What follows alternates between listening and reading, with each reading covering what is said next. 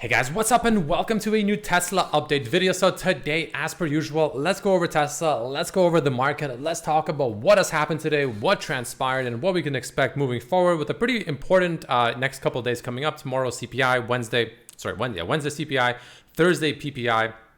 And let's just talk about it, right? You know, what we can expect moving into those data sets, if you will. So if you enjoy, don't forget to hit that like button as it does help a lot.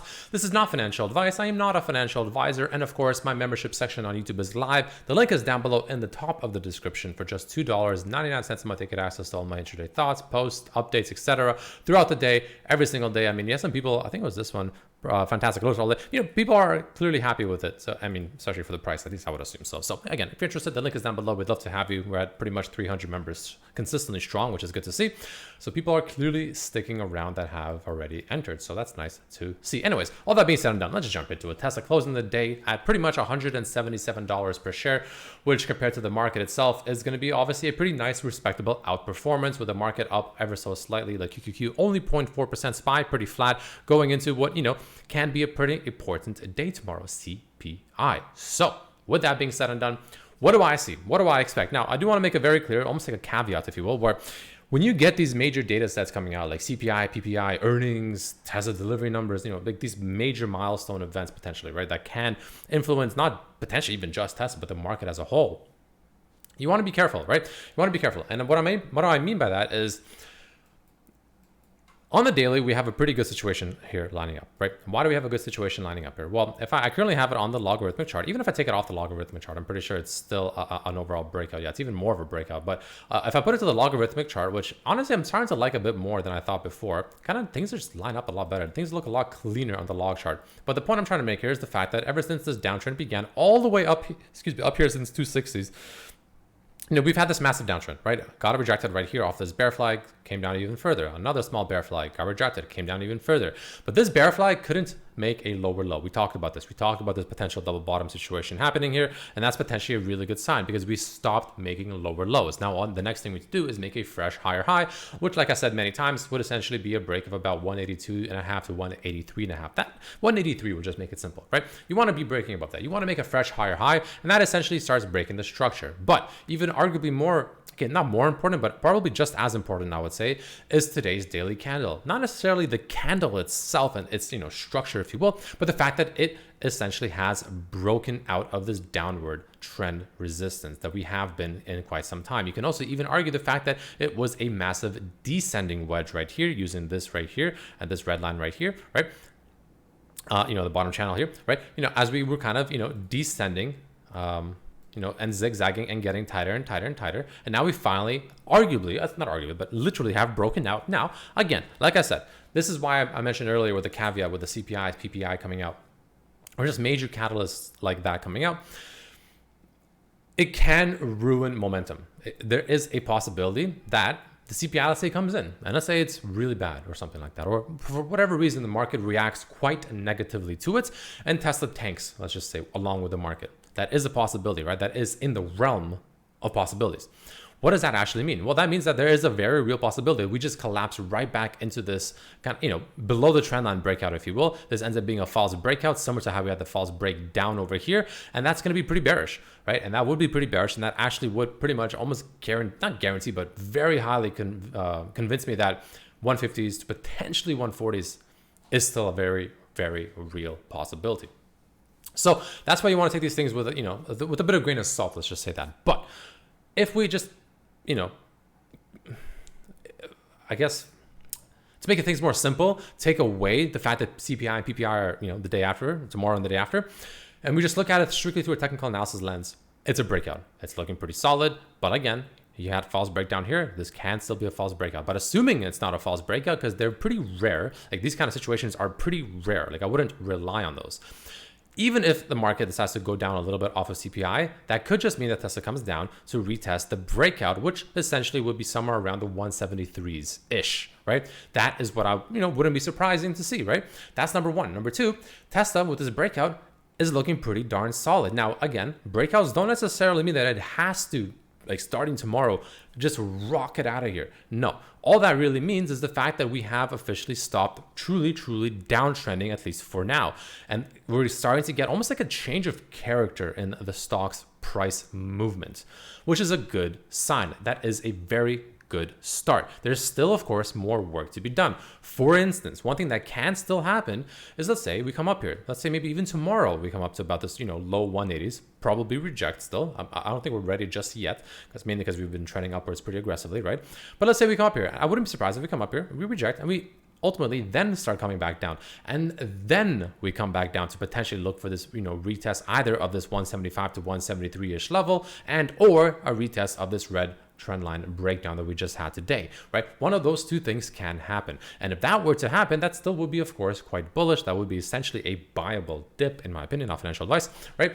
And from there we can potentially then actually finally essentially refuel, if you will, over here, gather exhaust the sellers here, and then reignite the buyers essentially on this retest, and then that should be the momentum that really truly pushes Tesla back up above 183 roughly, we'll say, which then I think if that happens, I honestly think over the next couple of weeks or so, 200 is in the cards, and I still think it'll follow my overall plan, which would be an overall very, very bullish structure, which I'll go over once again. I've said it before, I'll reiterate it because it's been a few videos since I have said it.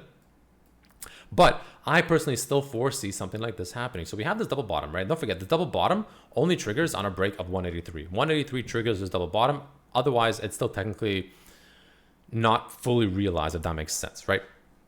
But one thing I can see happening is, like I said before, there's a potential inverted head and shoulders pattern, right? Which would be something like this. Now, the way this would essentially happen is if we ultimately break above 183, have this change of character over here, which would be great, come up all the way up to about this 200 level, most likely get rejected there. I'd be surprised if we break through it pretty much directly. I would expect a, rejection followed by most likely a retest of this old support or resistance, old support over here, right?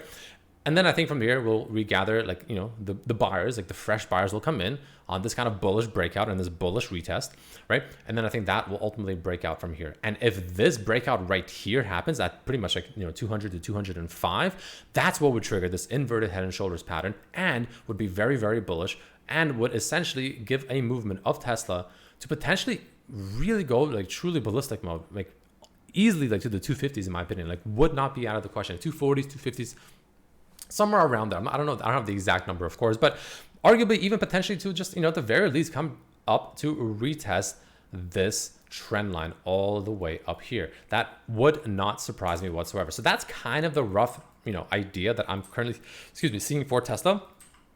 Obviously, this will take time. It's not going to happen tomorrow or this week or next week, not even potentially next month, right? But this can be the possibility, and this could be something that kind of leads up. Like, I wouldn't be surprised if sometime by, maybe June, maybe even like July, August, potentially, with the robotaxi on Dale, that's going to be the rally up. Like, that's good. Like, I wouldn't be surprised if sometime around the closer to that robotaxi on Vale on August 8th, that we're somewhere up here. Like, that wouldn't shock me. Now, this would obviously mean the market would most likely have to cooperate to a certain extent, even though Tesla doesn't really follow the market half the time, it feels like anyways, but it would absolutely help. So that's kind of the main way I'm looking at it, right? This is the overall big, greater picture I'm seeing.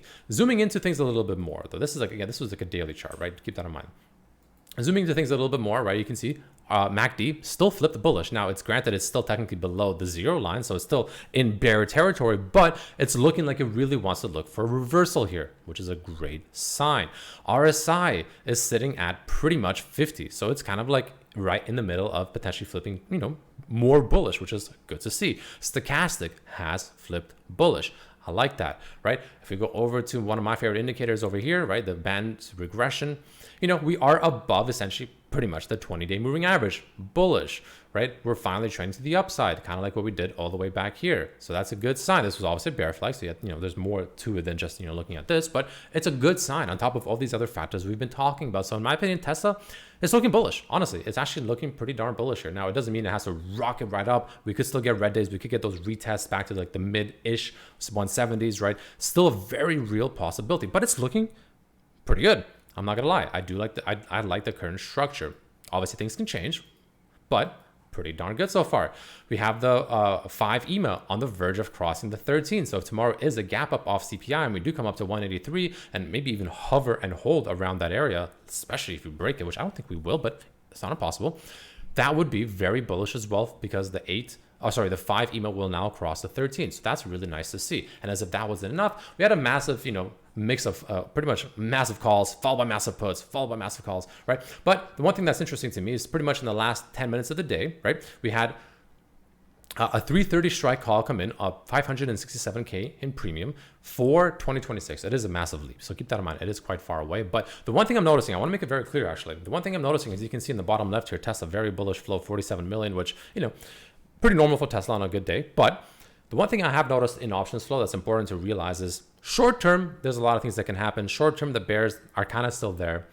But I have been seeing a lot of longer term accumulation from whales on Tesla that can, extend to us as early, I would say, as like December of this year. Like I would say somewhere around like July to December of this year. So pretty much like third to fourth quarter of this year to as late as like a year or two out. I've seen a lot of whales accumulate those kind of calls. I don't see many puts being accumulated far out. I see a lot, like substantially more calls being accumulated months, if not years out. So keep that in mind. It seems like the whales are accumulating Tesla around these, levels 160s, 170s for much farther out. So it seems like longer term, the whales are very, very bullish and they're essentially, if you will, buying the dip, right?